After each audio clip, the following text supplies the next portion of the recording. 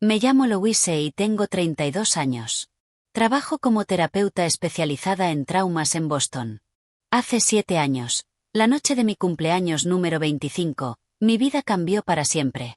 Mi padrastro, Frank, un hombre que había aterrorizado a nuestra familia durante más de una década, irrumpió en mi apartamento en un arranque de furia alcohólica.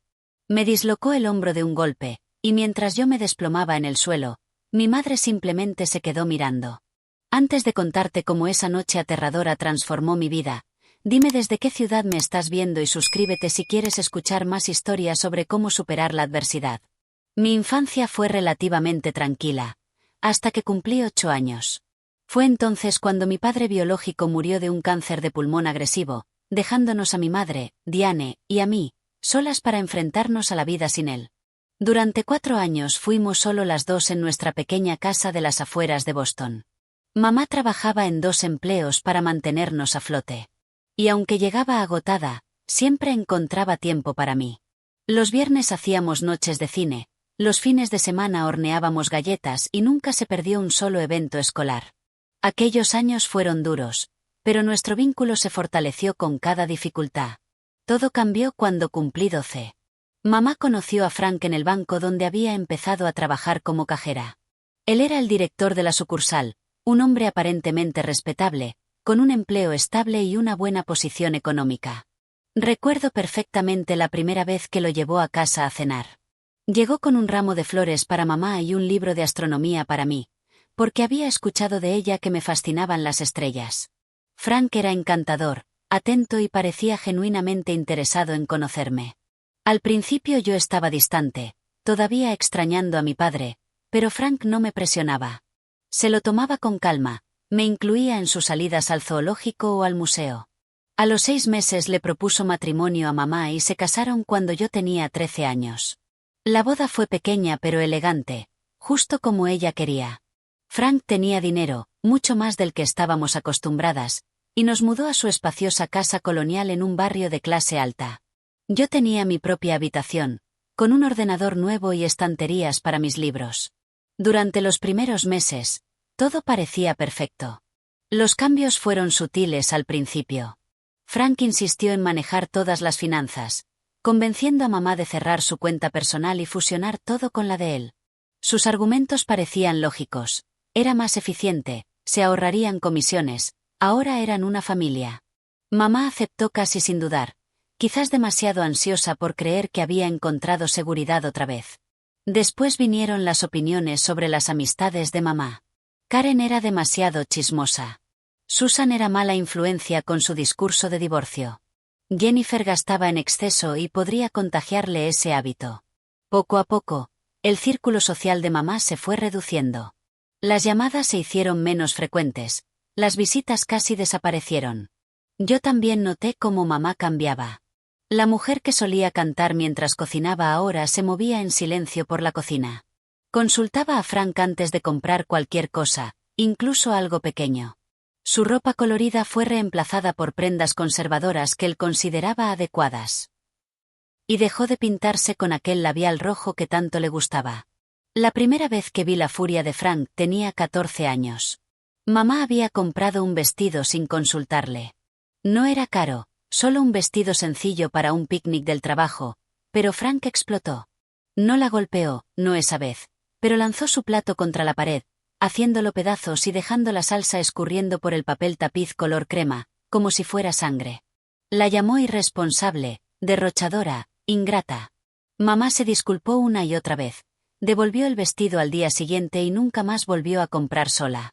Cuando empecé la secundaria, ya había desarrollado estrategias para minimizar el contacto con Frank. Me apunté a todos los clubes extraescolares posibles, estudiaba en la biblioteca y pasaba los fines de semana en casa de amigas. En casa, me encerraba en mi cuarto y solo salía cuando era absolutamente necesario. Frank nunca me lo prohibió, seguramente le convenía tenerme fuera de su camino. Mi relación con mamá se deterioró en esos años. Yo la resentía por cambiar, por elegir a Frank antes que a nuestra relación. Cuando intentaba hablarle de su comportamiento controlador, me desestimaba. No entiendes cómo funcionan las relaciones de adultos, decía. Frank nos cuida. Tenemos suerte de tenerlo. Con el tiempo dejé de insistir. Vivíamos bajo el mismo techo, pero en mundos distintos.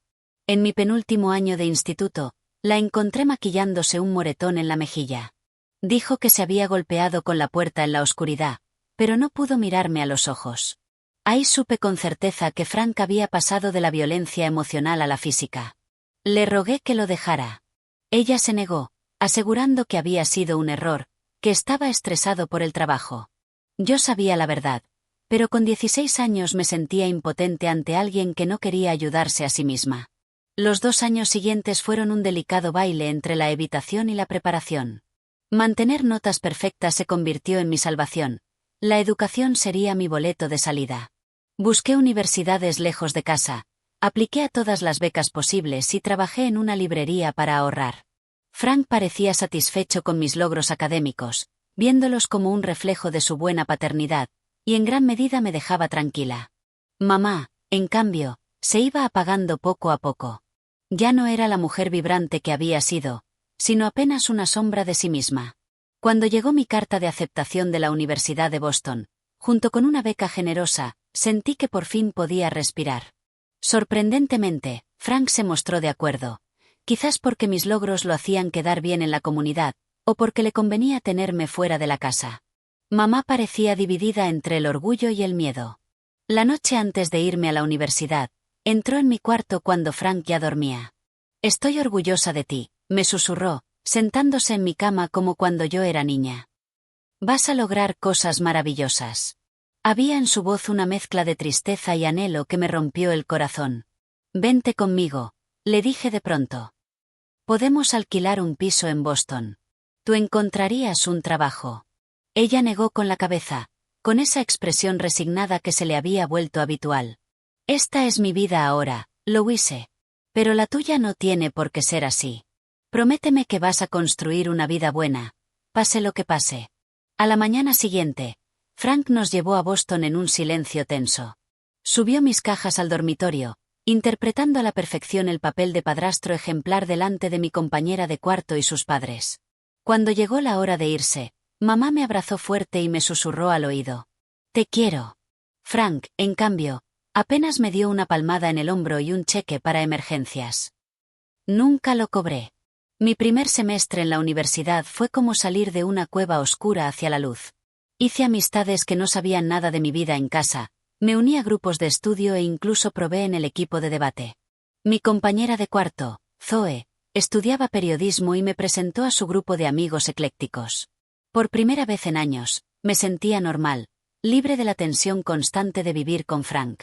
Decidí estudiar psicología en mi segundo año de universidad, impulsada por la necesidad de entender lo que había pasado en mi familia. ¿Por qué mi madre se quedó con Frank? ¿Por qué él necesitaba controlar y lastimar a los demás? ¿Habría podido yo hacer algo distinto? Mis profesores notaron mi intensidad, esa urgencia desesperada por encontrar respuestas. La profesora Sara Lavine, especialista en trauma y violencia doméstica, se interesó especialmente por mi progreso académico. Se convirtió en mi mentora y, con el tiempo, en una amiga. Un día, durante sus horas de consulta, me animé a contarle mi situación familiar. En lugar de compadecerme, me ofreció comprensión y consejos prácticos. Me recomendó libros, me conectó con grupos de apoyo para hijos adultos de hogares abusivos y me animó a considerar la terapia. Los patrones con los que crecemos nos marcan, me explicó. Pero no tienen por qué definirnos. Entenderlos es el primer paso para liberarnos. La comunicación con mamá se volvió cada vez más difícil en esos años. Nuestras llamadas eran breves y superficiales, siempre cuando Frank estaba en el trabajo. Ella nunca compartía nada profundo de su vida, desviando mis preguntas con evasivas que todo estaba bien. Volví a casa las primeras vacaciones de la universidad, pero el ambiente era tan asfixiante que después empecé a buscar excusas para quedarme en la residencia la mayoría de los descansos. A veces mamá venía a visitarme, siempre sola, siempre mirando por encima del hombro, como si temiera que Frank apareciera de repente detrás de ella. Para mantenerme, trabajaba 20 horas semanales en la biblioteca de la universidad.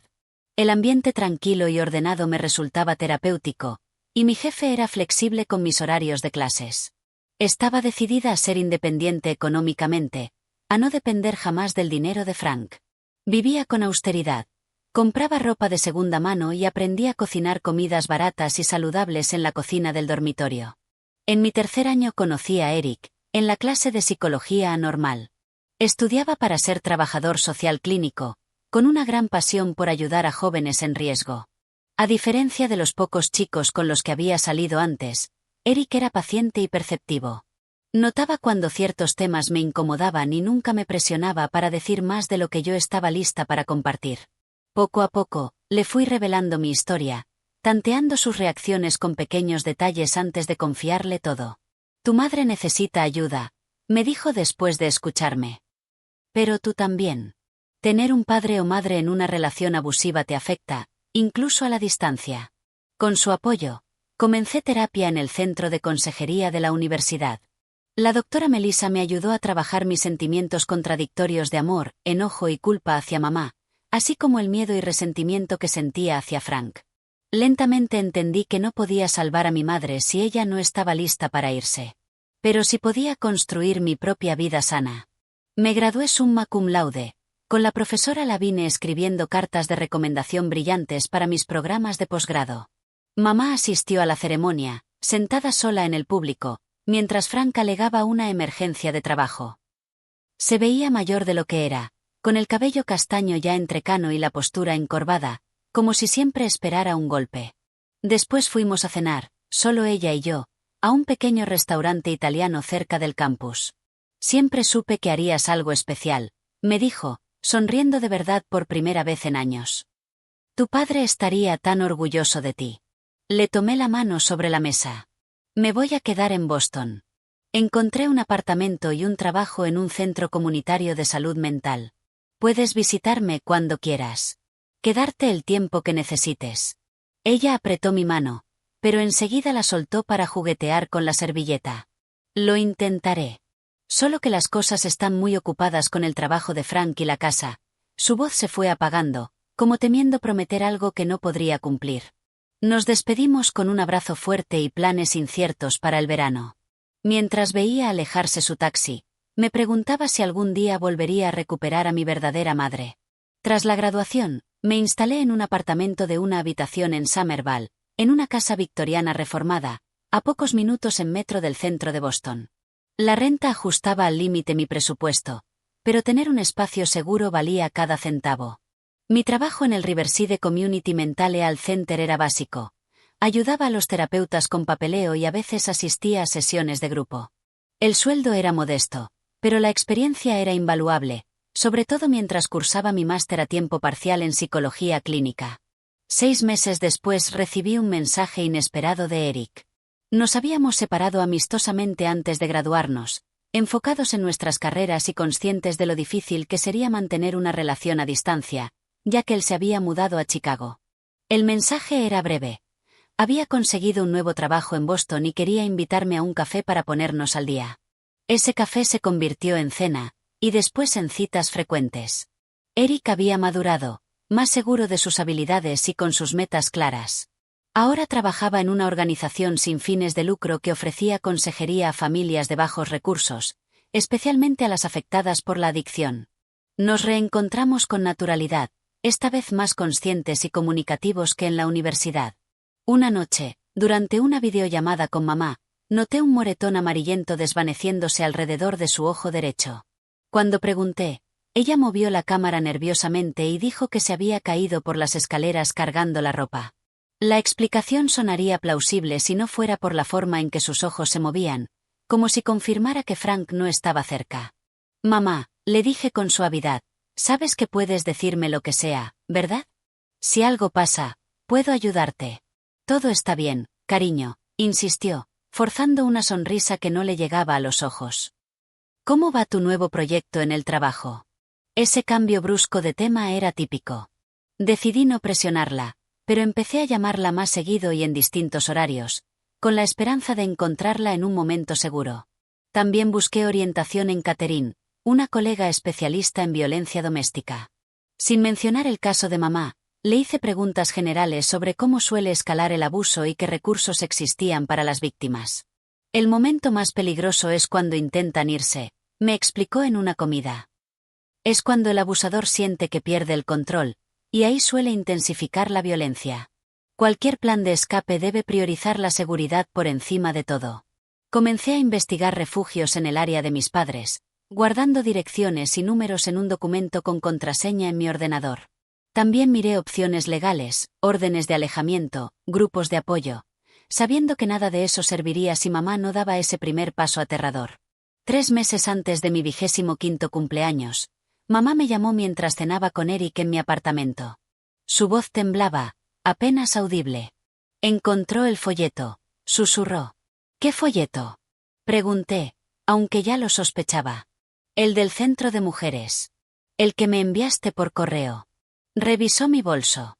Ahora lloraba, intentando contener el llanto. Dice que soy una desagradecida, que planeo dejarlo después de todo lo que ha hecho por mí. Rompió mi teléfono. Estoy usando el fijo de la vecina mientras él no está. Mi corazón se aceleró. Mamá, escúchame. Empaca una bolsa pequeña, solo lo esencial. Te mandaré un Uber a la estación de autobuses. Vente conmigo, aquí estarás a salvo. Después vemos cómo arreglamos todo. No puedo simplemente irme, protestó débilmente. La casa, mi trabajo, ¿qué pensará la gente? Nada de eso importa si no estás segura, insistí. Por favor, mamá. Tengo miedo de lo que pueda hacerte. Hubo un largo silencio. Quizás tengas razón, dijo al fin. Déjame pensarlo. Te llamaré mañana cuando él esté en el trabajo. Eric, que había escuchado mi parte de la conversación, me miraba preocupado. ¿Crees que está en peligro inmediato? ¿Deberíamos llamar a la policía local para que verifiquen? No lo sé, admití. Frank es muy cuidadoso. Nunca hace nada que lo pueda llevar a la cárcel. Si llamamos y no pasa nada, podría empeorar todo para ella. Esa noche nos quedamos despiertos, analizando opciones, elaborando un plan de seguridad para mamá. Apenas dormí, esperando su llamada al día siguiente. Cuando al fin sonó, sentí un nudo en el estómago con sus primeras palabras. Todo está bien ahora, dijo con una voz demasiado alegre. Frank y yo hablamos.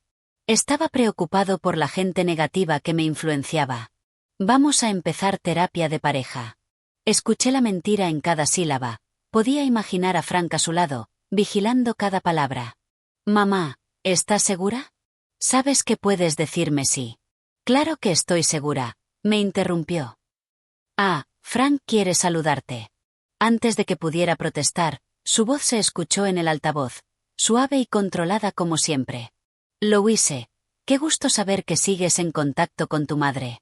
Espero que no le estés llenando la cabeza de tonterías sobre nuestra relación. Yo solo quiero que ella esté segura y feliz. Respondí con cautela. Ella ya lo está conmigo, dijo, con una amenaza apenas velada detrás de su tono amable. Quizá deberías concentrarte en tu propia vida en lugar de entrometerte en la nuestra. La familia es sagrada, Louise. Recuérdalo. La llamada terminó de golpe. Desesperada, contacté al departamento de policía local y les expliqué la situación. El oficial fue comprensivo, pero me aclaró que, sin pruebas de un crimen o un testimonio directo de mi madre, poco podían hacer. Si ella llama y dice que está en peligro, iremos de inmediato, me aseguró. Pero no podemos obligar a alguien a aceptar ayuda si no la pide. Frustrada y asustada, intenté llamarla repetidas veces en las semanas siguientes, pero siempre saltaba al buzón de voz. Los pocos mensajes de texto que recibí eran evidentemente escritos bajo la supervisión de Frank, actualizaciones genéricas sobre el jardín o actividades comunitarias. A medida que se acercaba mi cumpleaños, el nudo en mi estómago se apretaba más. Algo estaba mal, muy mal, y yo me sentía impotente desde 300 kilómetros de distancia. Mi cumpleaños número 25 cayó en un viernes de finales de octubre. El aire ya era frío, las hojas crujían bajo mis pies mientras regresaba del metro a mi apartamento. En otras circunstancias, habría planeado una cena con amigos o una velada romántica con Eric. Pero él tenía una emergencia laboral esa noche y pospusimos la celebración para el sábado. Te lo compensaré mañana, me prometió esa mañana, dándome un beso de despedida. Tendremos la mejor celebración atrasada de cumpleaños. Mis colegas me habían sorprendido con cupcakes y una tarjeta de regalo durante el almuerzo, y a lo largo del día recibí mensajes y llamadas de felicitación. Intenté llamar a mamá varias veces, pero como esperaba, no respondió. Le dejé un mensaje alegre, sin mencionar la tensión de nuestra última conversación, solo diciéndole que la quería y que esperaba escuchar de ella pronto. Mi apartamento me recibió con la familiar sensación de refugio.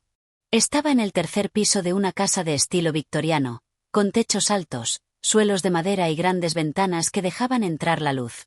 La seguridad era decente, puerta principal con llavero electrónico y cerraduras sólidas en cada vivienda.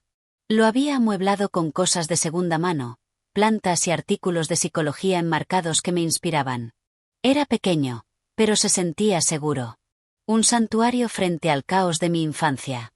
Me di el gusto de pedir comida tailandesa, abrí una botella de vino y me acomodé en el sofá con una novela que tenía pendiente. A las 9, Eric volvió a llamarme para felicitarme y recordarme que mañana lo celebraríamos en grande. A las 11 ya estaba en pijama, dejándome llevar por el sueño. El estruendo en la puerta me despertó de golpe. Desorientada, busqué el teléfono, 12:17 de la madrugada. Los golpes continuaban, cada vez más fuertes, acompañados ahora de una voz inconfundible. «Abre la puerta, Louise». La voz de Frank, arrastrada por el alcohol, pero inconfundible. «Sé que estás ahí». El corazón me latía desbocado. Me acerqué sigilosamente y miré por la mirilla. Frank estaba en el pasillo, el rostro enrojecido por la ira o por el alcohol. Detrás de él, casi oculta, estaba mi madre, con una expresión de puro terror. Frank volvió a golpear, haciendo temblar el marco de la puerta. «¿Qué haces aquí?», pregunté desde dentro, intentando mantener la voz firme mientras con una mano escribía frenéticamente un mensaje a Eric. «Vinimos a felicitarte por tu cumpleaños», respondió con una grotesca imitación de alegría. «Vamos, Louise, no seas grosera con tus padres. Váyanse», grité con más fuerza. «Si no se van, llamo a la policía». Algo en Frank se quebró. «Malagradecida», rugió, lanzando su cuerpo contra la puerta con tal violencia que la madera se astilló alrededor de la cerradura. Con 2 patadas más, la puerta cedió y se desplomó, dejándolo entrar con los ojos encendidos de rabia asesina. Retrocedí, con el teléfono aún en mi mano. «Voy a llamar al 911», lo advertí, marcando ya el número. Frank se abalanzó sobre mí con una rapidez espeluznante para su tamaño. Me arrebató el móvil, que voló por el suelo.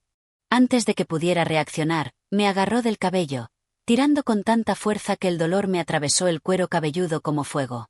Su otro puño impactó contra mi pómulo, llenando mi visión de destellos. «Frank, basta».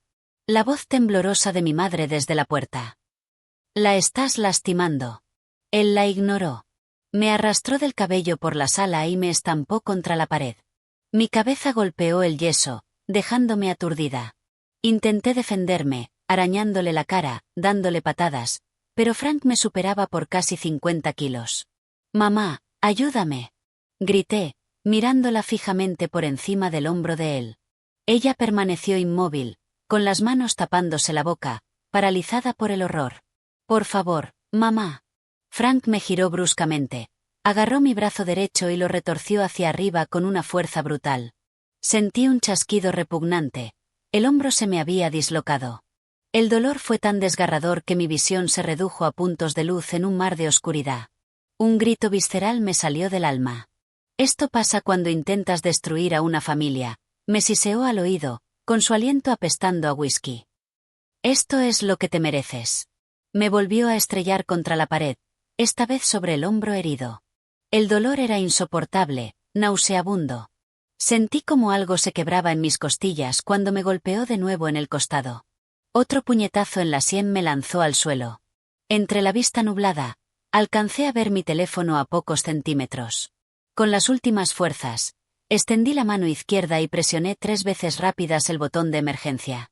Eso envió mi ubicación directamente a los servicios de emergencia. El pie de Frank impactó de nuevo contra mis costillas. Me encogí en un intento de protegerme, saboreando la sangre y sintiendo que la conciencia se desvanecía. Lo último que recuerdo antes de hundirme en la oscuridad fue el rostro de mi madre, llorando desconsolada, con la boca formando palabras que ya no alcanzaba a oír. A lo lejos, Las sirenas se acercaban, cada vez más intensas, antes de desvanecerse en el vacío de mi inconsciencia. El pitido constante de un monitor cardíaco me devolvió poco a poco a la vida. Mis párpados pesaban 1 tonelada, pero logré abrirlos a un techo blanco iluminado por luces fluorescentes. El dolor me atravesaba por todos lados, especialmente en el hombro derecho y las costillas. Una presión cálida en mi mano izquierda llamó mi atención. Giré la cabeza y vi a Eric sentado junto a la cama, con los dedos entrelazados con los míos. Tenía la cabeza inclinada, como en oración o agotamiento. Eric, intenté decir, pero salió como un susurro ronco. Él levantó la cabeza de golpe, con alivio en cada facción de su rostro cansado. Louise, susurró, acercándose. Gracias a Dios. Voy a avisar a la enfermera. Presionó un botón y, segundos después, entró una enfermera seguida de un médico de bata blanca. Revisaron mis signos vitales, me hicieron preguntas para evaluar mi estado y me explicaron mis lesiones. Tienes el hombro derecho dislocado, lo reducimos mientras estabas inconsciente, explicó el médico. 2 costillas fracturadas en el lado derecho, contusiones faciales y una conmoción leve. Tuviste suerte de que la policía llegara cuando lo hizo. ¿Recuerdas lo que pasó? Los recuerdos me golpearon con una claridad aterradora. Frank derribando la puerta, el primer puñetazo, mi madre mirando, el chasquido asqueroso de mi hombro. Asentí despacio, encogiéndome de dolor por el simple movimiento. Frank, logré decir. Mi padrastro. Me atacó. Mi madre estaba ahí también. Ellos. Tu padrastro está detenido, respondió Eric, con la voz cargada de rabia contenida. La policía lo arrestó en el lugar. Tu madre está en la sala de espera. Ha estado aquí toda la noche, pero no se atrevía a entrar. Poco después apareció una mujer de ojos amables y libreta en mano. Se presentó como la oficial Rivera y me explicó que necesitaba mi declaración mientras los hechos estuvieran frescos en mi memoria.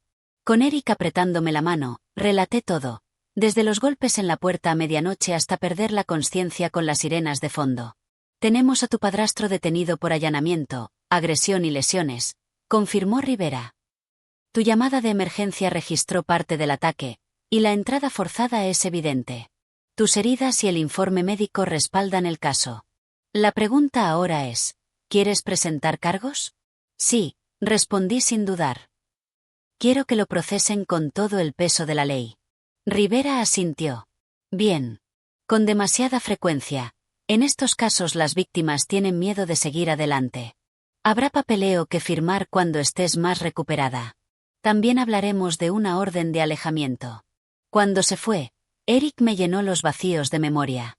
Había recibido mi mensaje incompleto y, al no contestar yo sus llamadas frenéticas, alertó a la policía. Llegó a mi apartamento poco después de la ambulancia y encontró la puerta destrozada, sangre en la pared del salón, y a Frank esposado en un coche patrulla, mientras intentaban calmar a mi madre fuera de sí. Está destrozada, me dijo Eric con ternura. Alterna entre llorar y quedarse en blanco. Su declaración coincide con la tuya, pero creo que está en shock. Aún procesaba esa información cuando un golpe suave sonó en la puerta. Mi madre estaba allí, más pequeña de lo que recordaba, pálida, con los ojos hundidos y el rostro demacrado. ¿Puedo entrar?, preguntó en voz baja. Eric me miró en busca de respuesta. Asentí. Él me apretó la mano y se levantó. Voy a por café, así pueden hablar a solas. Cuando la puerta se cerró tras él, mamá se acercó despacio, como temiendo que la rechazara. Al ver mis moretones de cerca, ya tornándose púrpura, se cubrió la boca con la mano y rompió en lágrimas. Lo siento tanto, susurró entre sollozos. Louise, lo siento tanto. Una parte de mí quería girar la cara, rechazar esa disculpa tardía. Pero otra parte, más grande, vio lo que antes no había notado en nuestras videollamadas. La mirada perdida, el temblor en sus manos, la forma en que se sobresaltaba con cualquier movimiento brusco. Eran señales clásicas de trauma, que yo había aprendido a identificar en otros, pero que había pasado por alto en mi propia madre. Siéntate, mamá, le dije, señalando la silla que Eric había dejado. Se sentó en el borde, con las manos retorciéndose en el regazo. Nunca pensé que te haría daño, confesó. Lo amenazó tantas veces, pero creí que eran solo palabras. Pensé que si yo hacía todo lo que él quería, si me quedaba, te dejaría tranquila. ¿Desde cuándo te lastima? Pregunté, aunque ya lo sabía. Desde más o menos un año después de casarnos, admitió. Al principio eran empujones, apretones, luego bofetadas que pedía perdón prometiendo que no se repetiría. Para cuando la cosa se volvió realmente grave, ya estaba atrapada. Controlaba todo el dinero, me aisló de mis amigas, me convenció de que no valía nada y que era afortunada de tenerlo. Respiró temblando. Me decía que te mataría si lo dejaba. Que te encontraría donde fuera. Le creí, Louise. Me quedé para protegerte. Pero al final, fallé igual. El retorcido razonamiento de las víctimas de abuso, algo que había estudiado pero nunca comprendido de verdad hasta ese momento. Mamá había soportado años de tormento convencida de que era la única manera de mantenerme a salvo, mientras yo la odiaba por no irse. ¿Qué lo hizo venir tras de mí ahora? Pregunté. Tu tarjeta de cumpleaños, dijo con la voz rota. Le escribiste que tu puerta siempre estaría abierta para mí. Frank la encontró y se enfureció. Había estado bebiendo toda la tarde, repitiendo que querías robarme, que destruirías nuestro matrimonio. Me obligó a subir al coche. Dijo que te daría una lección. Se desmoronó del todo, hundiendo la cara en sus manos. Debí detenerlo. Debí hacer algo. Cuando empezó a golpearte, me paralicé. Nunca me he odiado tanto como en ese momento. Una enfermera entró a revisar mis analgésicos. Cuando salió, mamá había recuperado cierta calma, aunque los ojos le seguían ardiendo de rojo. La policía quiere saber si presentarás cargos, me dijo. Les dije que sí. Ese hombre pertenece a la cárcel, mamá. Asintió lentamente. Lo sé. Ya les dije que testificaré contra él. Estoy cansada de tener miedo, Louise. Ver cómo te lastimaba me abrió los ojos. No se protege a nadie guardando silencio.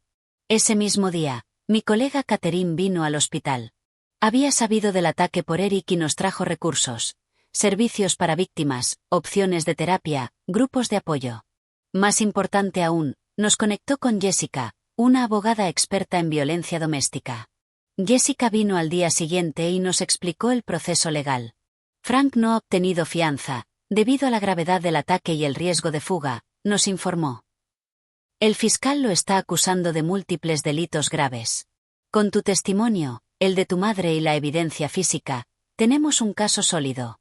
Mamá se alojó en un hotel cercano y me visitaba a diario. Hablábamos más sinceramente que en años. Conversaciones dolorosas sobre el pasado y esperanzadas sobre el futuro. Se comprometió a ver a una terapeuta especializada en abuso doméstico. Era el primer paso en un largo camino de sanación para ambas. Después de 5 días me dieron el alta, brazo en cabestrillo, medicación y citas de seguimiento. Eric insistió en que me quedara en su apartamento hasta que el mío tuviera cerraduras reforzadas. Mamá también se mudó temporalmente, usando el cuarto de invitados. Eric dormía en el sofá, pese a mis protestas. En esas primeras semanas de recuperación, mientras mi cuerpo sanaba y el proceso judicial avanzaba, mamá y yo empezamos el delicado trabajo de reconstruir nuestra relación. Hubo tensiones, resentimientos contenidos, pero también momentos inesperados de conexión. Éramos 2 sobrevivientes, unidas no solo por el trauma, sino por la posibilidad de liberarnos de la sombra de Frank. 3 meses después del ataque, estaba frente al tribunal del condado de Suffolk, con la mano de Eric firmemente entrelazada con la mía. Ya no necesitaba el cabestrillo, aunque ciertos movimientos aún dolían. El fisioterapeuta me advirtió que tal vez tendría secuelas permanentes, una marca imborrable de aquella noche. El edificio imponía con sus columnas de granito y escaleras amplias, diseñado para intimidar con su grandeza. Dentro, los suelos de mármol resonaban con pasos apresurados, murmullos y la voz firme de alguaciles llamando casos. El aire olía a cera y ansiedad. Jessica nos esperaba en el vestíbulo, impecable en un traje azul marino, su portafolio rebosante de documentos. ¿Estás lista?, preguntó, evaluando mi ánimo con la mirada. Asentí, acomodando el cuello de mi propio traje, escogido con cuidado para proyectar fuerza y credibilidad. Tan lista como puedo estar. Mamá llegó minutos después, desde el refugio para víctimas donde vivía temporalmente. Las semanas de seguridad y apoyo habían empezado a transformarla, Se mantenía erguida, miraba de frente, hablaba con más firmeza. El refugio le había dado orientación laboral y la estaba ayudando a iniciar el divorcio. Frank ya está dentro con su abogado, nos informó Jessica. Recuerda lo que practicamos. Responde directo, no caigas en provocaciones. Tenemos los hechos y las pruebas de nuestro lado. La sala quedó en silencio al entrar. Todas las miradas se posaron en nosotras. Frank estaba en la mesa de la defensa, impecable en un traje caro, el cabello plateado perfectamente peinado. Parecía un empresario respetable más que un acusado de violencia. Su abogado, Thomas Wilson, era famoso por defender a clientes adinerados con tácticas agresivas. Frank me miró unos segundos, con un destello de desprecio antes de girarse a murmurarle a su abogado. Yo no desvié la vista. Ese pequeño triunfo me dio fuerza mientras tomábamos asiento junto a la fiscalía. Las declaraciones iniciales comenzaron. La fiscal María Delgado presentó el caso con claridad y contundencia. El allanamiento, la agresión, mis lesiones, el patrón de control y la naturaleza premeditada del ataque. La versión de Wilson fue otra. Frank como un padrastro preocupado, que había ido a hablar conmigo y se vio obligado a defenderse cuando yo supuestamente me puse histérica y lo ataqué. La mentira era tan grotesca que tuve que aferrarme al banco para no gritar. Deja que la evidencia hable, me susurró Jessica. Cuando llegó mi turno, caminé hasta el estrado con calma deliberada, juré decir la verdad y me enfrenté al tribunal. Durante casi 2 horas respondí a las preguntas de la fiscal, relatando mi infancia desde la llegada de Frank, el control creciente, el aislamiento de mamá y, finalmente, con doloroso detalle, los hechos de aquella noche de octubre. ¿Y en algún momento, señorita Moore, preguntó Delgado, usted atacó o amenazó al señor Sullivan antes de que él derribara su puerta? No, respondí firme. Ni siquiera abrí la puerta. Le pedí que se marchara y le advertí que llamaría a la policía si no lo hacía. El contrainterrogatorio de Wilson fue justo como Jessica había anticipado. Agresivo, manipulador, diseñado para provocarme. ¿No es cierto, señorita Moore, que lleva años intentando separar a su madre de su padrastro? Me lanzó con tono acusador. He intentado ayudar a mi madre a escapar de una relación abusiva. Corregí con calma. Y envió información sobre cómo abandonar al cónyuge a la casa de su madre, sabiendo que probablemente el señor Sullivan la descubriría. Le mandé recursos sobre violencia doméstica porque temía por su seguridad. Wilson intentó pintarme como una hijastra vengativa, resentida con la autoridad de Frank y empeñada en destruir su matrimonio por celos. Con cada pregunta, respiraba hondo antes de responder, ciñéndome a los hechos, negándome a caer en la trampa de la ira. El testimonio de mi madre al día siguiente fue tan doloroso como poderoso.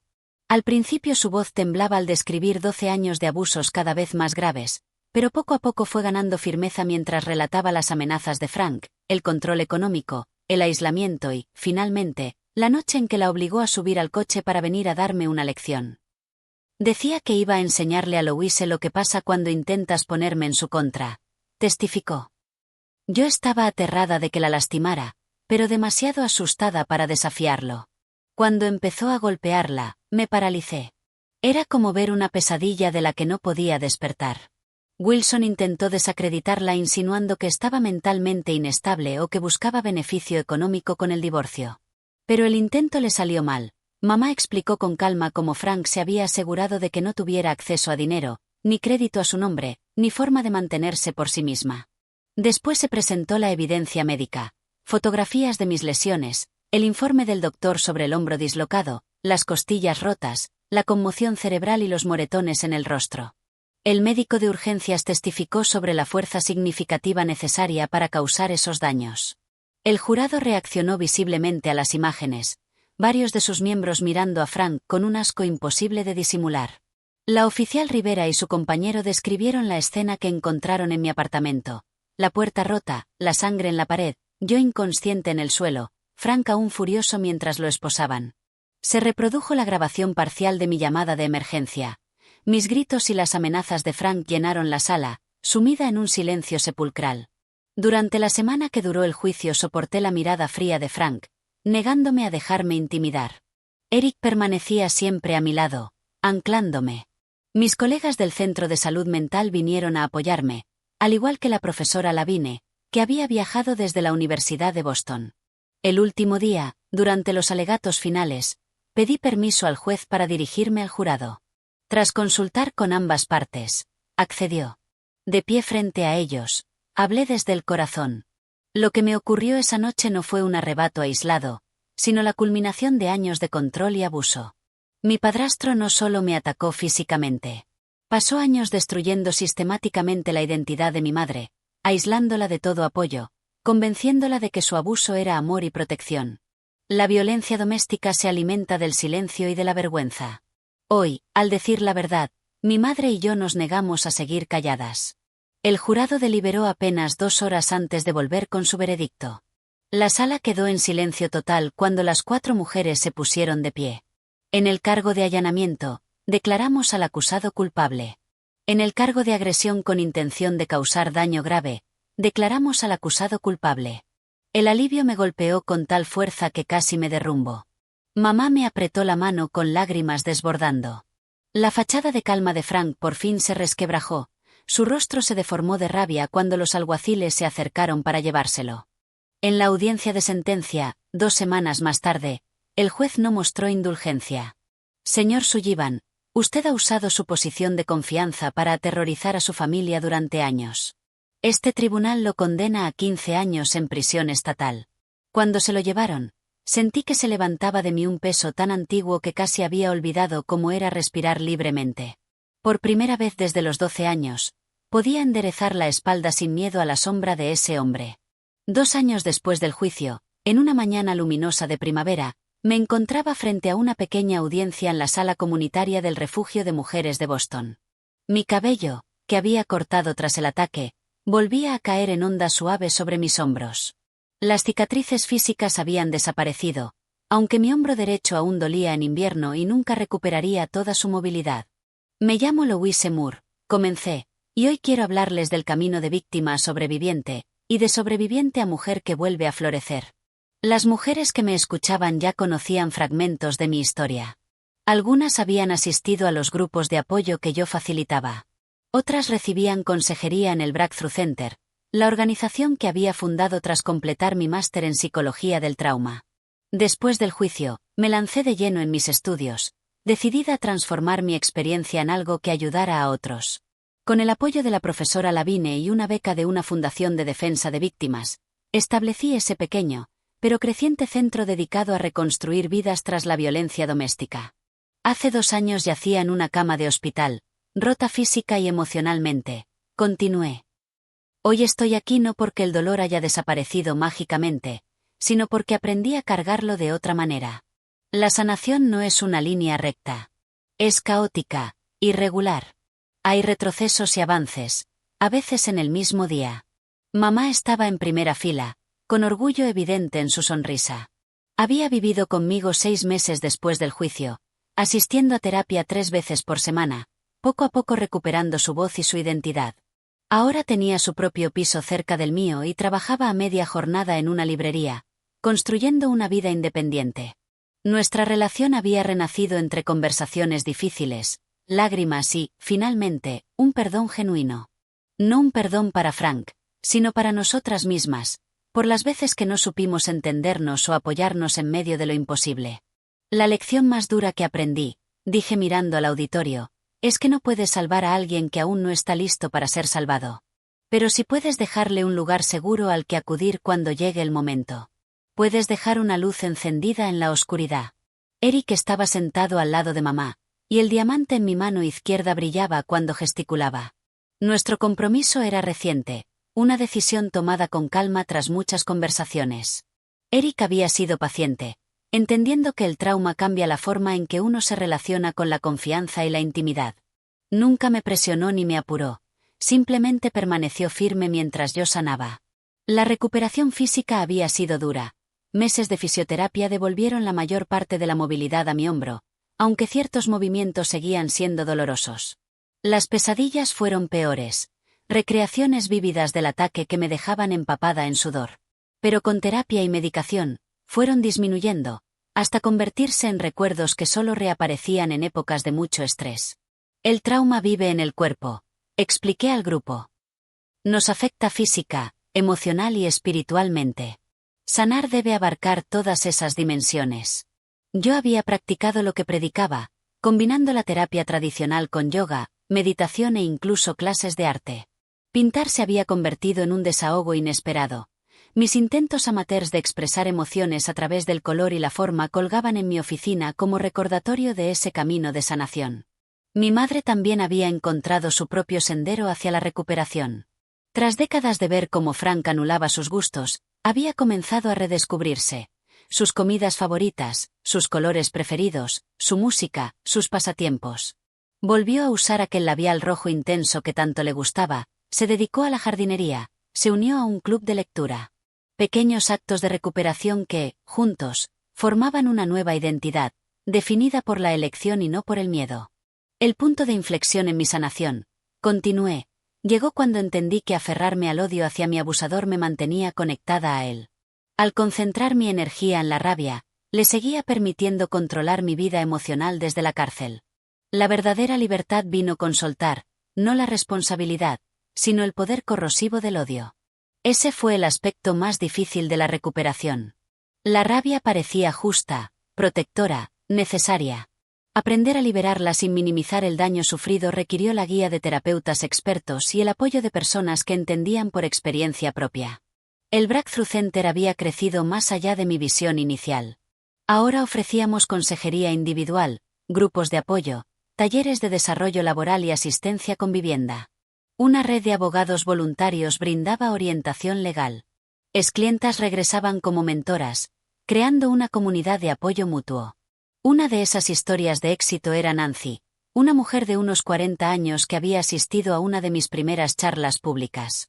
Tras 15 años con un esposo abusivo, encontró el valor de irse, inspirada en parte por mi historia. Hoy era voluntaria en el centro, y sus conocimientos en contabilidad resultaban invaluables para ayudar a otras víctimas a reconstruir su independencia financiera. El mayor mito sobre el abuso, le dije a la audiencia, es que solo les ocurre a ciertas personas, a quienes son débiles o dependientes. La verdad es que puede ocurrirle a cualquiera. Las víctimas no necesitan nuestro juicio, necesitan nuestra compasión y apoyo práctico.